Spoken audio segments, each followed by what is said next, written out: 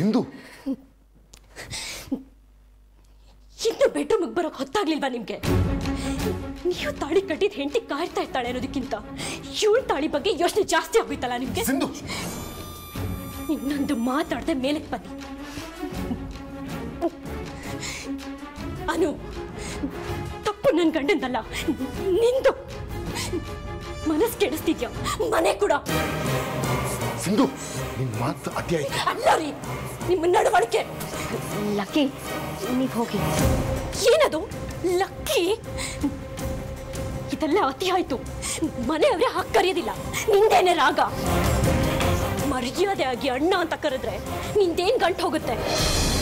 ಸಿಂಧು ಸರಿ, ನಡಿ. ಯಾಕೆ ಸುಮ್ಮನೆ ಇರ್ಬೇಕು? ಅವ್ರು ಯಾಕೆ ನಿಮ್ಮನ್ನ ಹಾಕಿ ಕರಿಬೇಕು? ಅಣ್ಣ ಅಂತ ಕರೆದು ಆಗಲ್ವಾ? ಯಾಕೆ ಅವಳು ಹಾಕಿ ಕರೆಯೋದು ನಿಮ್ಗೂ ಇಷ್ಟನಾ?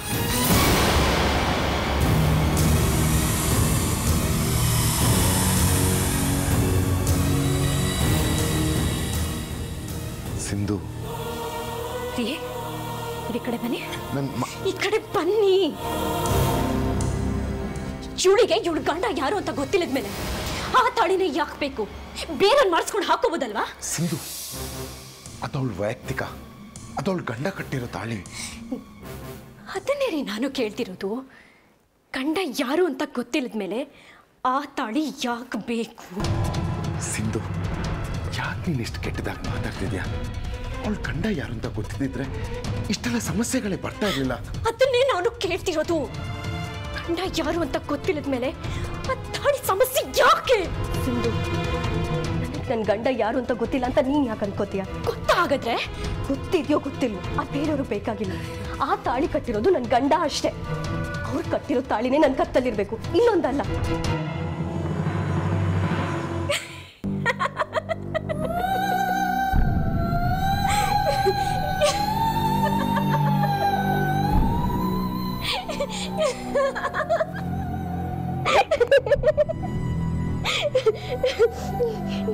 ರೀ,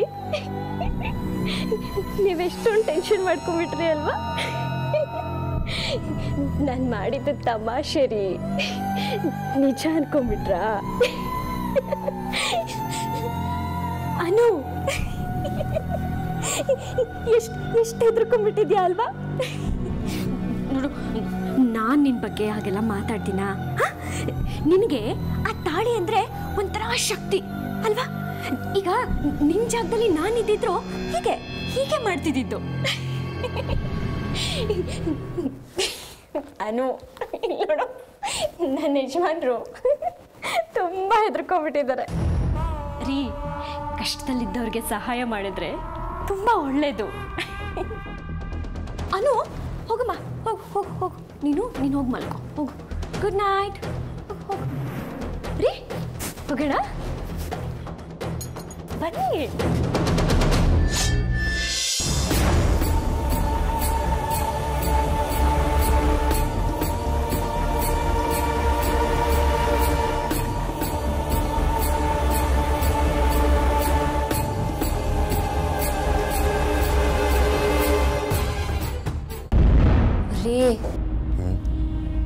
ಬೇಜಾರಾ? ಇಲ್ಲ, ನಾನು ಅನು ಜೊತೆ ಮಾತಾಡಬಾರ್ದಿತ್ತ ಆಗ, ಅದಕ್ಕೇನೋ ಬೇಜಾರು ಮಾಡ್ಕೊಂಡಾಗಿದೆ. ಅನು ಜೊತೆ ನೀನು ಮಾತಾಡಿದ್ರೆ ನಾನು ಯಾಕೆ ಬೇಜಾರು ಮಾಡ್ಕೋಬೇಕು? ನಿಜವಾಗ್ಲೂ? ಇದಕ್ಕೆಲ್ಲ ಆನೆ ಪ್ರಮಾಣ ಹಾಕ್ಬೇಕಾ? ಸರಿ, ನಾನು ಮಲ್ಕೊಂಡ್ಲಾ? ಮಲ್ಕೋ. ನೀವು?